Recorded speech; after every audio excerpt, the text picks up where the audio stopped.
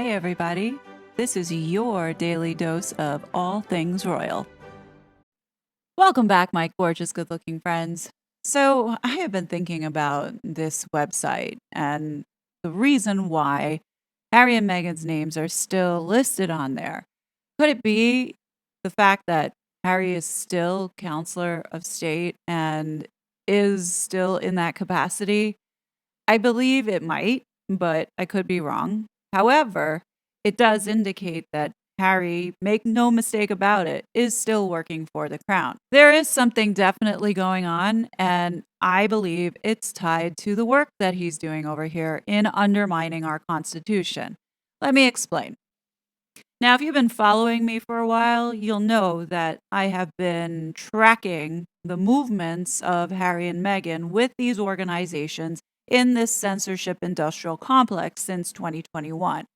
So there are things that I have in my database that I will pull out in the future when I see that there is an audience and appetite for it. So if you're interested, then hit that like button and make sure that you're subscribed and your notification bell is on so you will not miss out when I do drop this information that I've been holding on to for the last several years. If you're new here to the channel, welcome.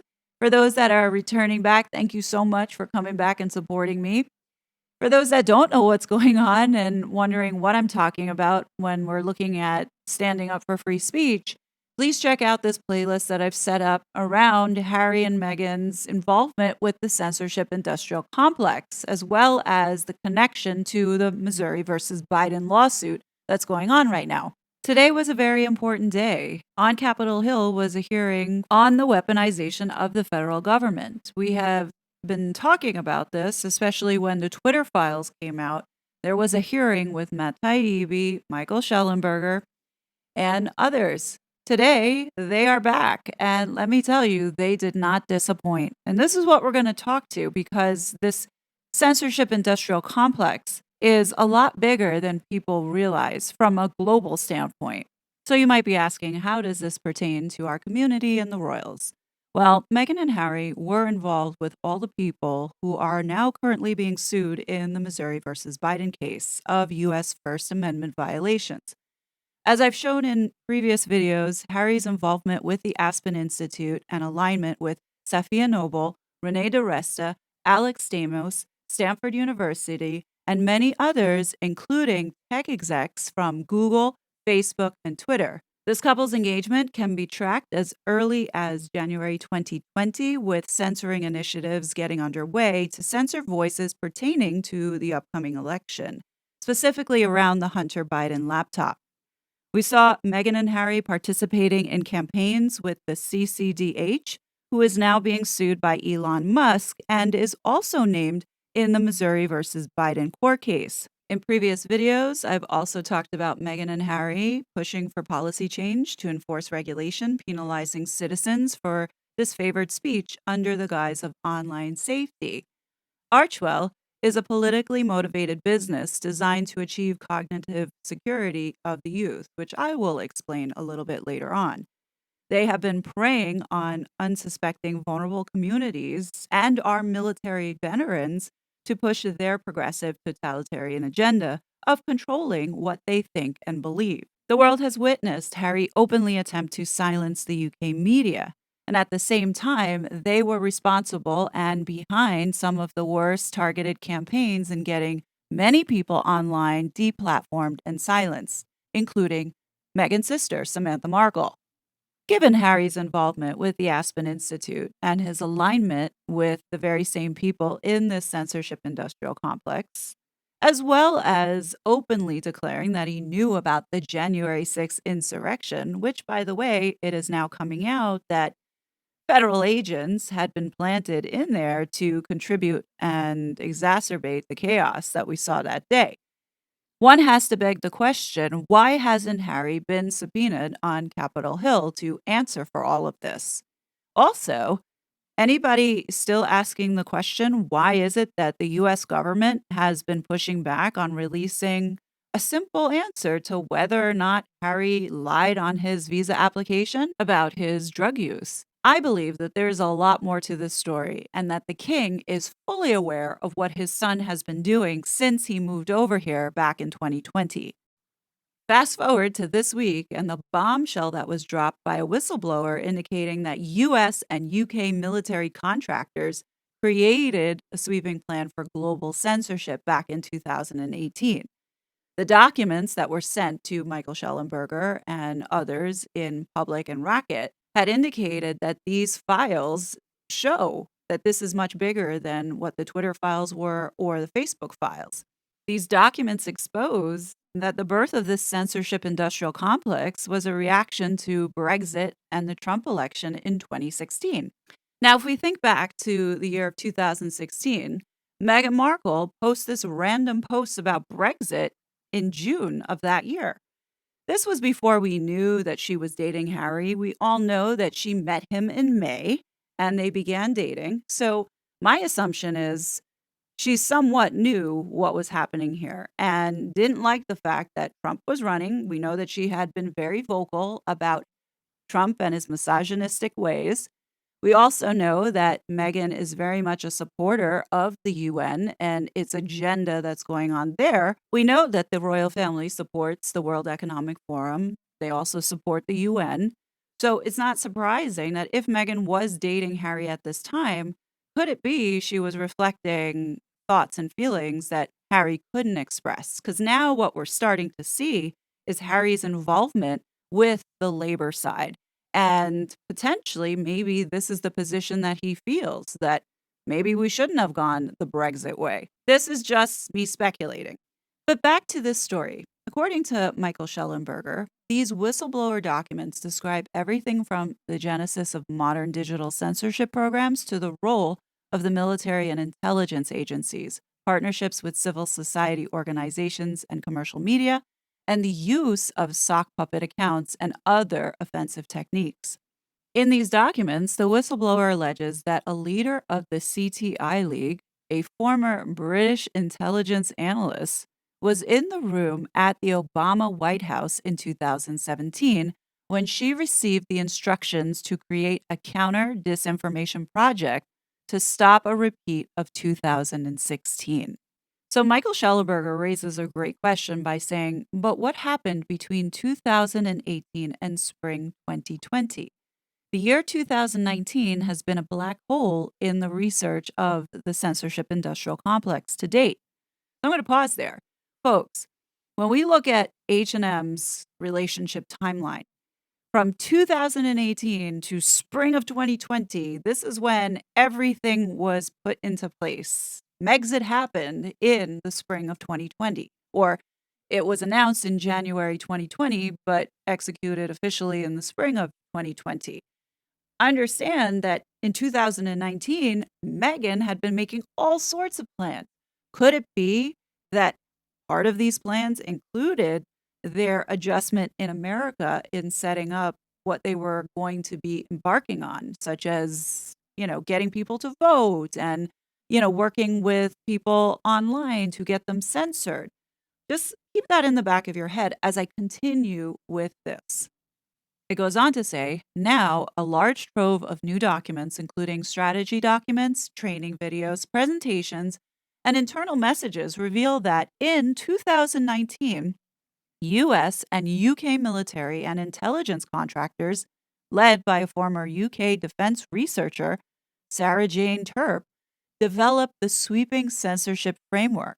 These contractors co-led CTIL, which partnered with CISA in the spring of 2020. Now, Chris Krebs was ahead of CISA. Chris Krebs was also on the Aspen Institute Commission on Disinformation Disorder with Prince Harry.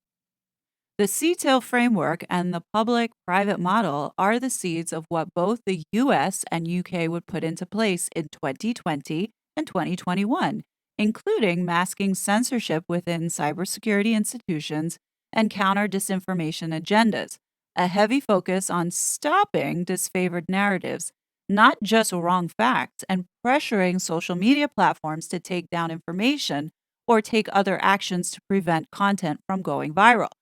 So pause here.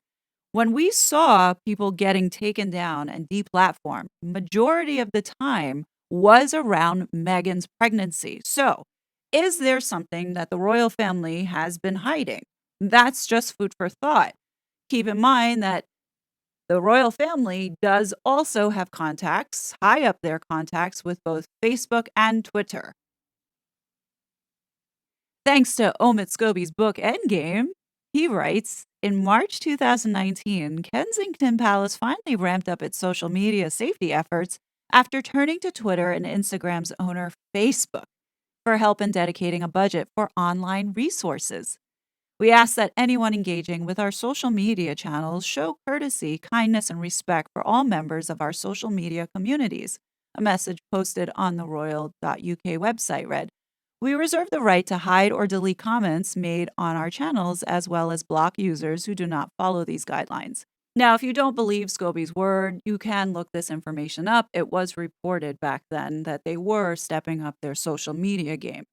So, being that the royal family had direct access to Mark Zuckerberg and they dedicated resources to clean up online or hide all the conspiracy theories, now that we're starting to realize that this conspiracy theory might actually be true, it doesn't paint the royal family in the best light, especially if, let's say, behind the scenes, they had been partially part of getting people censored online. And I'll get to that more in a moment as to why I think the royal family is equally complicit in what was happening online during this time. Now, going back to Michael Schellenberger's reporting, he writes, CTEL's approach to disinformation went far beyond censorship. The documents show that the group engaged in offensive operations to influence public opinion, discussing ways to promote counter messaging, co-opt hashtags, dilute disfavored messaging, create sock puppet accounts, and infiltrate private invite-only groups. Hey guys, do you remember the Me WeChat group that Yankee Wally was a part of? Okay, need I say any more? Continuing on. In one suggested list of survey questions, CTEL proposed asking members or potential members, have you worked with influence operations, disinformation, hate speech, other digital harms, etc. previously? The survey then asked whether these influence operations included active measures and psyops. Folks, this is in documents that have been released to Congress. Who could forget that in March of 2019, it was reported about Meghan Markle's Twitter bot? And this, I believe, was the birth of the Sussex Squad. These bots went after and attacked journalists who commented on her fashion. If they commented on the staff turnover, they got attacked. So now let's get to that hearing that happened this past Thursday with Matt Taibbi, Michael Schellenberger, Rupa Subramanya, who is a Canadian-based journalist for the Free Press, and Olivia Troy, who is a former Homeland Security advisor under the Trump administration. This part of the session that I'm about to show you really hits home at what's at stake and what is going on, that people need to wake up and start paying attention. Just let us know and we'll be happy to do that. The gentleman from North Carolina is recognized for 5 minutes. There is a very odd oppositional dynamic in this hearing, which is striking. And Ms. Troy, I want to get at it by asking you this. You said something along the lines that the belief that there's has been social media censorship against conservatives is sort of a figment of conservatives' imagination. Ms. Wasserman Schultz summarized it as a red herring, bogus red herring. You're aware of the Missouri versus Biden district court decision that recited evidence that the White House, the FBI, CISA, all engaged in working through the social media companies to conduct censorship. It was preliminarily enjoined. You're aware that the Fifth Circuit Court of Appeals has reviewed that, found that the findings of the district court were well supported by evidence and modified and substantially affirmed the preliminary injunction against the government entered by. Are you aware of all that? And does it affect your view that all of this is a figment of imagination? I am aware of the decision. I also want to clarify, I have not actually, never said that this is a conspiracy. You've not heard that comment from me. So you believe there is censorship going on by means of the federal government on social media platforms, or has been? I can only speak to my experience, and I will say that I've sat in a lot of these interagency meetings with social media companies, and ultimately, it was their decision. And I will say that when content was removed, it was ultimately up to them. We followed the Yeah, but process. see, that's what the court has said is the problem, is that the agencies have engaged in this subterfuge where they say, well, we want you to make the decision, but they're all over them to the point that their constant involvement makes it government involvement. That's the threat. Mr. Schellenberger, let me turn to you, because I was thinking about where we are. Twitter files revealed these connections, right? Direct connections between Elvis Chan of the FBI and social media companies, CISA and the social media companies. And then your further reporting, and yours, Mr. Taibbi, revealed the next layer, which is what you call the censorship industrial complex. The connection between CISA funding these adjacent agencies, Stanford, people at Stanford, people at University of Washington, and so they could offload this exact subterfuge, and they could pre-bunk stuff and stop whole narratives from taking hold. And now your CTI League shows yet another dynamic in two ways, it seems.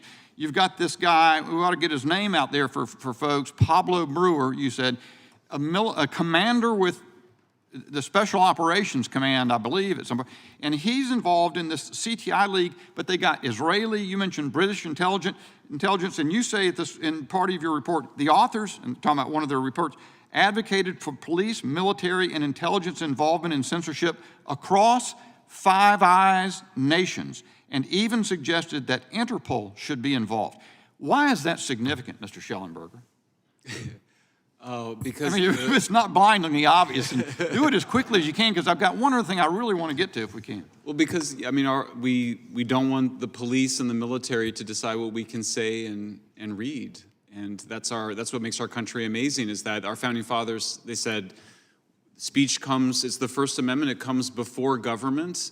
Where it's not in Europe, the king would decide whether you could say things. We didn't want it that way. We said we want to decide. Here's what it tells me that's chilling. And Ms. Subramanya, I'm minded of your presence here as a Canadian. So if they can't do it directly from the FBI, then they get institutions, academic, pseudo-academic institutions involved. If they find that that's going to be blunted because we can go take their funding away because there's U.S. agency funding, then they get the Five Eyes involved. If they can't stop it here in the United States, they can go get the European Union or the other governments to say, we're not, or Canada, to deem this stuff to be threatening. That's what, and the dynamic deepens and deepens. This is a big deal. And here we are, every person on the minority side has talked about Donald Trump. I would think, Ms. Troy and others, that if you're concerned, if you're genuinely concerned about Donald Trump as a threat, what we're talking about today should be all the more threatening to you, because we're talking about setting precedents and diminishing the ability of Americans to express themselves. So, Ms. Subramanya, back to you. Republicans have been involved in this, by the way. The former chairman of the Senate Intelligence Committee, Mac Thornberry, helped to repeal the Smith-Mundt Act. Nikki Haley said the other day that we ought not be able to allow to have anonymous Twitter accounts. What do you make of this dynamic that I describe in that and what you're seeing in this hearing? That the party that has established, frankly, the liberals established fundamental principles of free speech through the Warren Court. They've been continued consistently by the Supreme Court, but now they're under threat by the other side who just wants to talk about Donald Trump. What is going on? Oh boy. So, look, I can't speak to what's happening here in America in terms of the internal political situation here. What I can point to is the fact that I come from a country where free expression, the right to express oneself freely, has been under threat. And it happened in a very short period of time. It just happened under 10 years. And it's happening all over the world now. It's happening in Ireland. Ireland is about to pass legislation which is among the most, it's one of the most draconian hate speech laws in the world. They're trying to stamp out hate.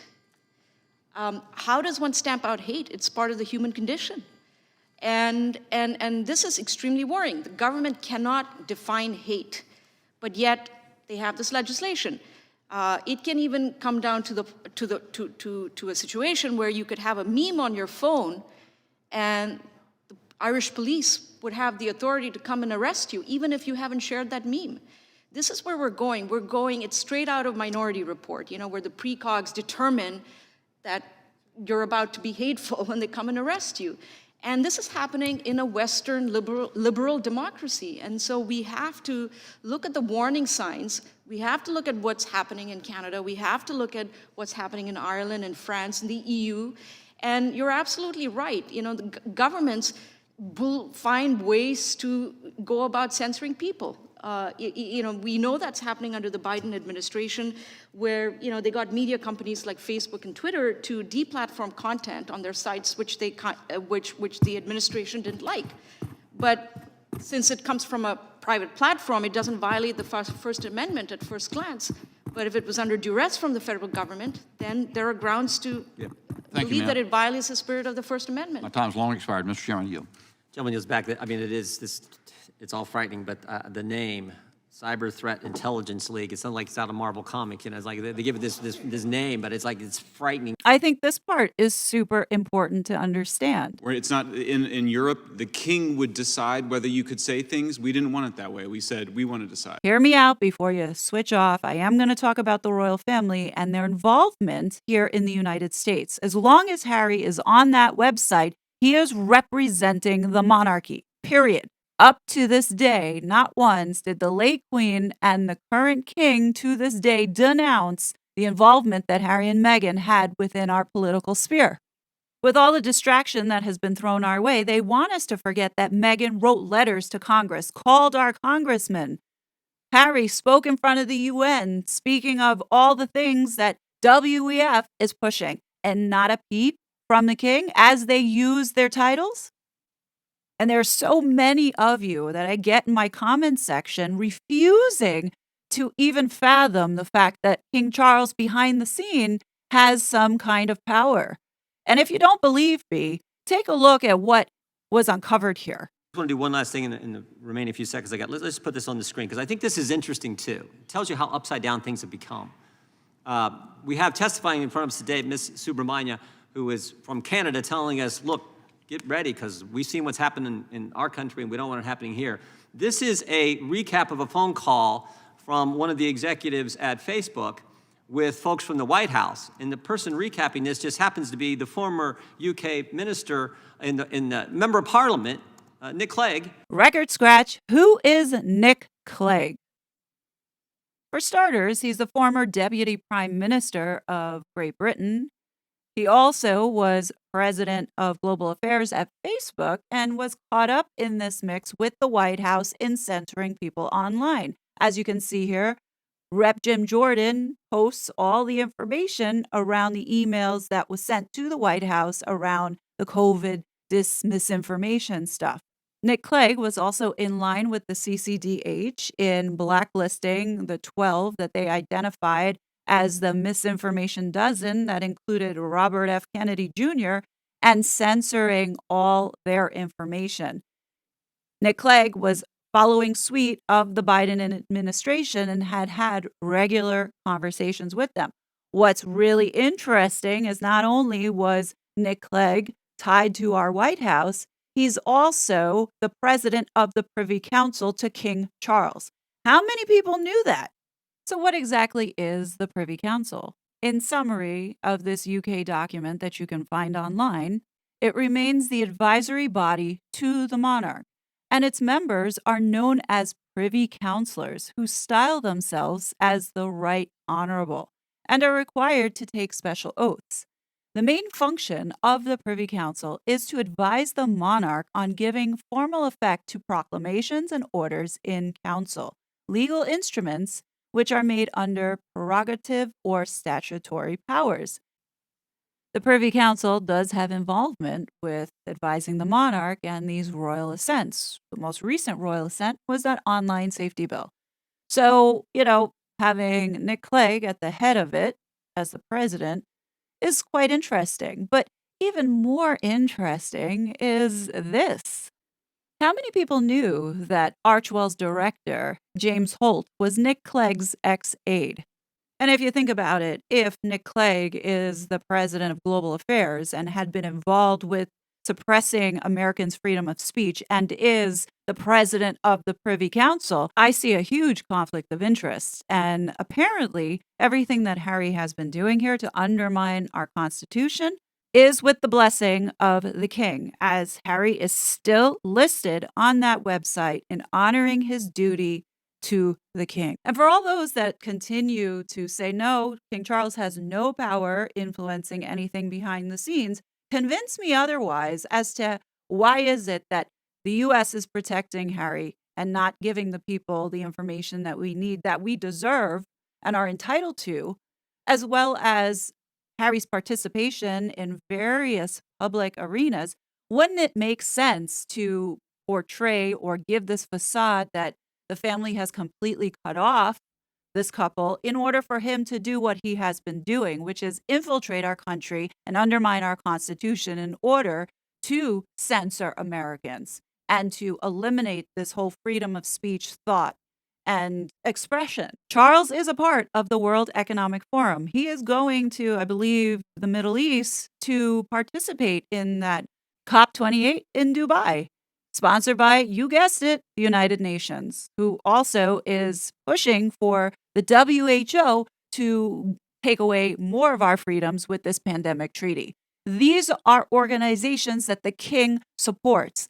Censoring people online and being able to control the information that gets out to the public will allow people to be conditioned into succumbing to what these people are trying to do. This is not conspiracy theory. You can read all of this for yourselves directly on the websites of the UN, of the WHO, of the WEF. They explain it in black and white. Is that okay? These are non-elected governmental bodies that are looking to make this one world government, of which King Charles and both his sons, as well as Beatrice and Prince Andrew, have been supporters of for decades. Pay close attention to this clip of Matt Taibbi explaining what these globalists have been doing. As someone who voted for Democrats his whole life and who got his ideas about speech issues from people like Senator Frank Church, Paul Wellstone, and Dennis Kucinich, I believe also that there's a less obvious but more important reason that people across the spectrum should care about this issue. And the former executive director of the ACLU, Ira Glasser, once explained to a group of students why he didn't support hate speech codes on campuses. The problem, he said, wasn't the speech. The problem was, quote, who gets to decide what's hateful? Who gets to decide what to ban?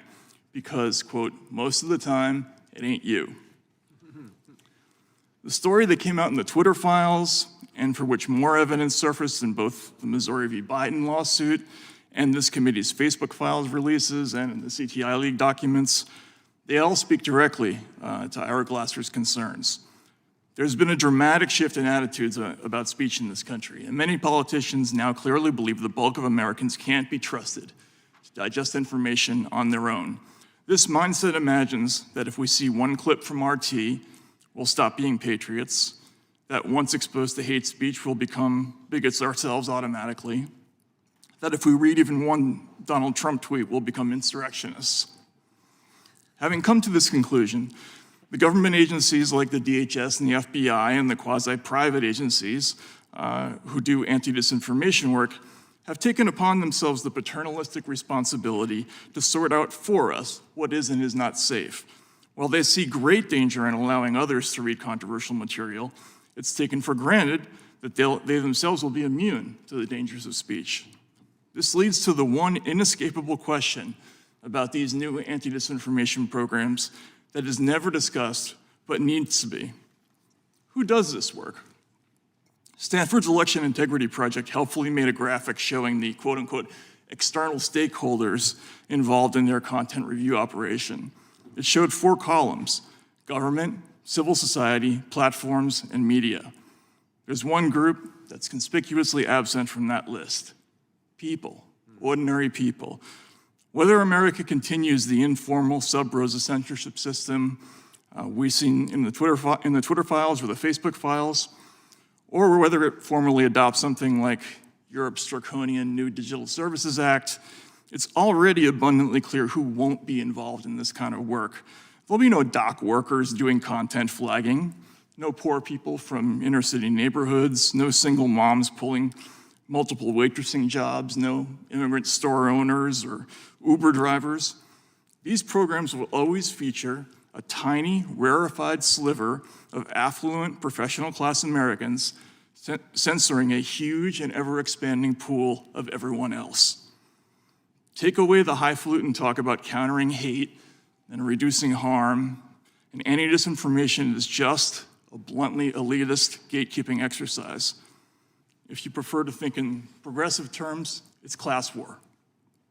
If one small demographic over here has broad control over the whole speech landscape, and a great big one over there has no control whatsoever, it follows that one of those groups will end up with more political power than the other.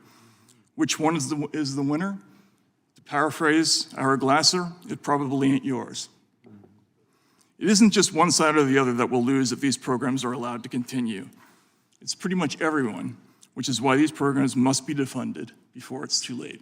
You cannot deny in what we have witnessed over the last several years that this applies to Meghan and Harry. Listen to Michael Schellenberger now explain what was going on with the Aspen Institute. Mr. Schellenberg, I want to ask you further that revolving door between the FBI and Twitter, and I also want to ask about those third-party, essentially government proxies. You referenced the Aspen Institute. Can you delve deeper into both of those questions, both of those topics? Sure. It was the former general counsel of the FBI, Jim Baker, and the former deputy director of the FBI had both taken jobs at Twitter. There were so many FBI people at Twitter that they had their own internal group and their own little crib sheet to describe the difference between the terms that they use at the FBI versus at Twitter. CIA had it as well. Yeah, CIA as well had their own little internal group. And I'm sorry, what was the second question? The third-party proxies. Oh, like yeah. the Well, Aspen then the Institute. Aspen Institute, this was the weirdest thing. We discovered that Aspen Institute had created a workshop that it was attended by basically all of the major media, including as well as all the major social media platforms, to basically pre-bunk in advance the Hunter Biden laptop, even though it had not been, there was no evidence that it existed outside of the fact that the FBI knew that they had it because they got it in December 2019. So to have the Aspen Institute trying to persuade people not to cover the Hunter Biden laptop story in August and September of 2020 was quite chilling and disturbing to see. These content moderators at social media platforms like Twitter wield an enormous amount of power in terms of determining not only what Americans can say, but also what Americans can see. Do you believe, Mr. Taibbi and Mr. Schellenberg, that it's appropriate for unelected bureaucrats or these tech companies to collude to influence what Americans can say or read? Absolutely not. And, you know, I wanted to stress again that all this was happening secretively with the blessing of the Department of Homeland Security, with them sending things to, this is from the EIP at Stanford to Twitter and Facebook saying, we repeat our recommendations that this account be suspended. We recommend labeling all instances of this article. We recommend that you flag as false this. All these demands being made secretly without any public review. My view is that we don't, the government doesn't decide who can speak in the town square. Why should the government be deciding who can speak on social media platforms? We, the people, should decide our own content as adults, legal content. It should not be decided by either government or big tech. And Mr. Taibbi and Mr. Schellenberg, do you believe that this censorship is a form of election interference? Absolutely it is. There's no question in my mind. If you've been paying attention to what has been happening in the world and all this distraction that's being thrown at us, you will realize it is covering up something bigger, which is getting to this one world government in which the very small few people who think that they know best, like Bill Gates and Klaus, and we've got, many governmental officials who are part of Western society, like Jacinda Ardern and Macron and Trudeau. All of them have very similar things in common, and that has been totalitarian. That has been trying to take control more of the people. How many people want the government to be able to cancel your bank account? I don't think you guys do, but this is where we're heading. And obviously, it's not being talked about enough because we have all these stupid distractions, which is definitely a tactic of the government and the psyops. Whether you not agree with me, do some research on your own and critically think for yourself so you can make that decision. What is happening here is they want to take away that ability for you to decide what your family values are, what you think is acceptable in morality. So while we see all these people lying to our face, like Harry and Meghan, nothing is being done to hold them accountable, because what they are signaling to the rest of the world is that these people are above the law. And I don't think that that's okay. And right now, I'm getting really pissed off as I talk about it, because the more that I think about all the things that Meghan and Harry have done in this country in undermining our freedoms and putting out all this bullshit and saturating the media, is all distraction. While the king is fully watching, why hasn't he done anything?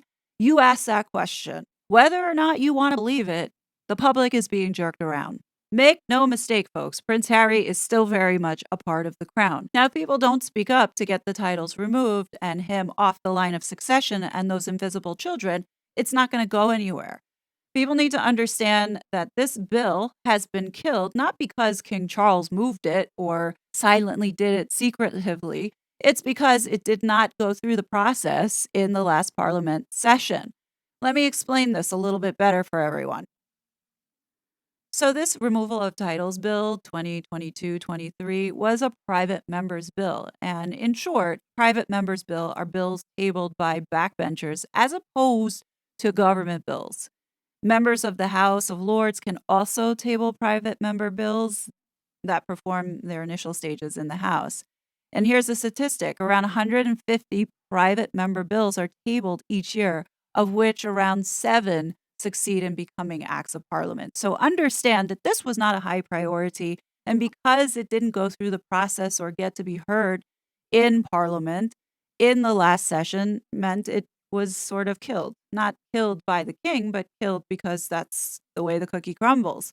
If we want to have this resubmitted, we can. So my suggestion is the original person who submitted it, this MP, contact Rachel Maskill so she can resubmit this back into this session of Parliament to make sure that it does get pushed. I think it's time people start speaking up, because here is what I predict is going to happen. This couple has gotten away with so much already, and now we're just waiting. Any day now, I think we're going to get a decision on whether or not Harry's case, I think, whether or not the Home Secretary, I believe, will give him back his security. Now, I predict that that is what's going to happen, because we've got Meghan Markle and her sister Samantha and her lawsuit. I think there's some things that the Crown doesn't want to get out. Also, if Harry is tied to this censorship industrial complex and he gets called to Congress to have to testify, he's going to need that IPP status. I don't think the Crown is going to allow that to happen, especially if there is an element of where there was foreign interference in our election by the UK. And if Harry, the king's son, had been a part of it, America is going to lose their shit. And this could potentially damage UK US relations. It won't be a good look for King Charles. And we all know that image is everything for the monarchy. So, do I think there's a possibility he will get his IPP status back? Yes, I do. Now, I find it incredibly frustrating that Greg Steube, who is the one who introduced the SPARE Act in order to, clamp down on illegal immigration and making sure that the policies are being adhered to, inspired by Prince Harry, hasn't connected the two of Prince Harry being here and pretty much acting as a foreign agent in undermining our Constitution. Technically, him being a non-US citizen trying to destroy our First Amendment rights would seem as a domestic terror threat. Mayorkas, who is the head of DHS, has been the one pushing back on not releasing this information. Steube also is a part of a committee that deals with handling this illegal immigration and trying to push laws in getting policies around to reduce the influx and making sure that the processes are followed to make sure that we do not have terrorists coming in. I mean, you can look at Prince Harry, even though he is the king's son, he is here threatening our Constitution.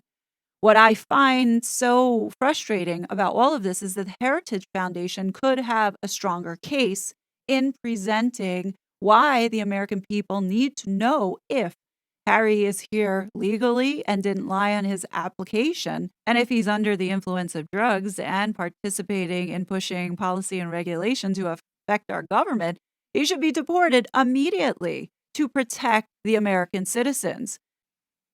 Stubbe is also a part of this select subcommittee on the weaponization of the federal government, and here he is speaking in this testimony. Listen to what he says about DHS. Chairman, it's just absolutely fascinating to me how the folks on the left side of this dais are calling these things conspiracy theories when just through the Missouri v. Biden case, there is a treasure trove of actual evidence in a court proceeding, witness testimony, factual evidence that shows that all of this has been happening under the Biden administration and that there is true censorship from this White House into the American people. Mr. Schellenberger, I want to start with you.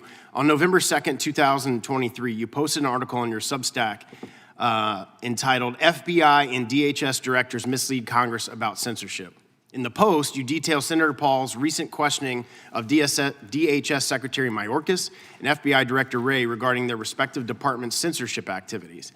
Notably, Secretary Mayorkas and Director Wray both testified that their agency personnel complied with the law and did not violate First Amendment rights by targeting constitutionally protected speech on social media platforms. Given what we have learned in recent months from the Missouri v. Biden case and your investigative reporting shining the light on the Cyber Threat Intelligence League, is it fair to say that Secretary Mayorkas and Director Wray lied to Congress when they told Senator Paul that their agency personnel did not target constitutionally protected speech? Yeah, I mean, I think it's fair to say that they misled Congress. I can't be sure of their intention, but they're wrong that those agencies weren't involved in demanding censorship by the social media platforms. And just briefly, like how were they involved in censoring speech? Well, I don't want to read your whole article, just... Oh, sure. I mean, FBI agents were directly flagging content to Twitter saying this appears to violate your terms of service. What about this? What about that? Same thing with DHS staff. And then, of course, DHS created the Election Integrity Partnership, which then became the Virality Project, which was in the process of demanding mass censorship of Americans. And based on them reaching out, a lot of these social media companies then acted on that, like the Hunter Biden laptop, all these different activities, correct? Yeah, absolutely. And you have to remember the context is that this was at a time when the social media companies were being threatened to lose their ability to operate, which is the Section 230. One of the most dramatic instances, which is in the Facebook files, is where the White House is demanding that Facebook censor content that they think could lead to people becoming hesitant to take the vaccine. Facebook responded and said that they were removing often true content of vaccine side effects. Your piece also notes that Director Wray acknowledged that the FBI has been forced to alter its coordination with social media companies to comply with the injunction issued by the Fifth Circuit Court of Appeals in Missouri v. Biden. Right. Would you agree that this is an acknowledgement that the FBI's prior censorship conduct does in fact violate the First Amendment rights of Americans? Absolutely. Mr. Chairman, I'd ask unanimous consent to enter into the record Mr. Schellenberger's Substack post from November 2nd, 2023. Unless Congress acts, will there be any consequences for these government officials who have actively supported censorship of certain viewpoints on social media? We all hope that the Supreme Court rules against these kinds of activities, consistent with its past precedents that the government cannot appoint somebody else to violate the law, which is what was going on here. But I don't think we can rely on the Supreme Court. I do think Congress should establish through Section 230 reform the requirement that we, the people, are allowed to moderate our own content by choosing our own filters, and that it should not be up to the big tech platforms. And if you don't want to have Section 230, then you can just be a publisher like Matt and I are, or the New York Times is. Well, and I've worked on Section 230 legislation. The chairman is working on that, and I think that's something that absolutely has to happen this Congress so that people get their freedom and their First Amendment rights back. It's clear to me that Congress must act and hold these government officials accountable. The censorship industrial complex, as you put it and Mr. Taibbi have dubbed it, is an existential threat to our First Amendment freedoms. Unless we come together to impose transparency and accountability measures to prevent the government from engaging in such behavior, this activity will unfortunately continue. I'm proud to be a co-sponsor of the Chairman Jordan's Free Speech Protection Act that he sponsored in partnership with Senator Paul. This legislation is needed to ensure that government officials face significant consequences for engaging engaging in the censorship and suppression of speech protected by our Constitution. Further, we must enact transparency measures so that officials cannot hide behind public-private partnerships in order to skirt around their legal obligations. Sadly, we cannot trust many federal officials to adhere to their oath they took to uphold and defend the Constitution, and it's up to Congress to ensure our First Amendment rights are protected. Now, I really wish Stubby would make the connection between DHS, Alejandro Mayorkas, and Prince Harry in relation to this censorship industrial complex. They're all related, folks. After all of this being exposed this week, I can't help but think, was Meghan and Harry leaving the UK intentional? Was this all planned? Because when you look at all the people that they have surrounded themselves and all the odd things that the royal family allowed to happen, you have to wonder, was this all planned from the start? I think Meghan Markle was a plan gone wrong. I don't think anyone saw that Meghan was going to go sideways like this. I don't think the king knows what to do here because, for sure, Meghan has dirt on the family, especially if they're involved with this psyops to sort of clamp down on people's freedom of expression and speech in order to get everybody in line to meet this Agenda 2030. I don't think anyone saw Meghan becoming this loose cannon. I do believe the reason why the family has not reacted or retaliated back on the couple for all the damage that they have done is because Meghan has dirt on them. Could it possibly be tied and connected to this PSYOPs initiative that we see going on in trying to control the media and provide this type of cognitive security, meaning controlling what you think and what you believe? Let's not forget what was said on the engagement interview, which was so bizarre to say, but now completely makes sense. Take a listen. Try and encourage others and the younger generation to be able to see the world in the correct sense rather than perhaps having a distorted view. From day one, the intention was to influence. Like, who is he to say that we want to continue our work to influence the youth to see the world the correct way? Who is he to decide what is the correct way? What we can't ignore is that Harry is a product of his environment. And if his whole life he has been around a PR machine that pumps out press pieces about him, he has seen the inner workings on how a narrative and brand, especially an image, is shaped. There is definitely a lot of manipulation going on, and the firm is not innocent, okay? They are equally guilty at manipulating the public as well. I'm just putting this out there for everyone to decide for yourself on what you believe and what you see happening and be curious. I don't think all of this is a coincidence, especially when you look at all the data. Me putting together all these facts and coming to a conclusion, it's a sound conclusion. And I do think that our government here needs to pursue Prince Harry and call him in to Capitol Hill to testify or be subpoenaed to testify on his involvement with these people, as well as how did he know about January 6th. I find it appalling that our government has yet to question him if he has information or was a part of it. But what do you guys think? Definitely leave your thoughts below. As always, I will be back with more content. But until then, please be safe, and I'll talk to you later. Bye. It was such a fraud.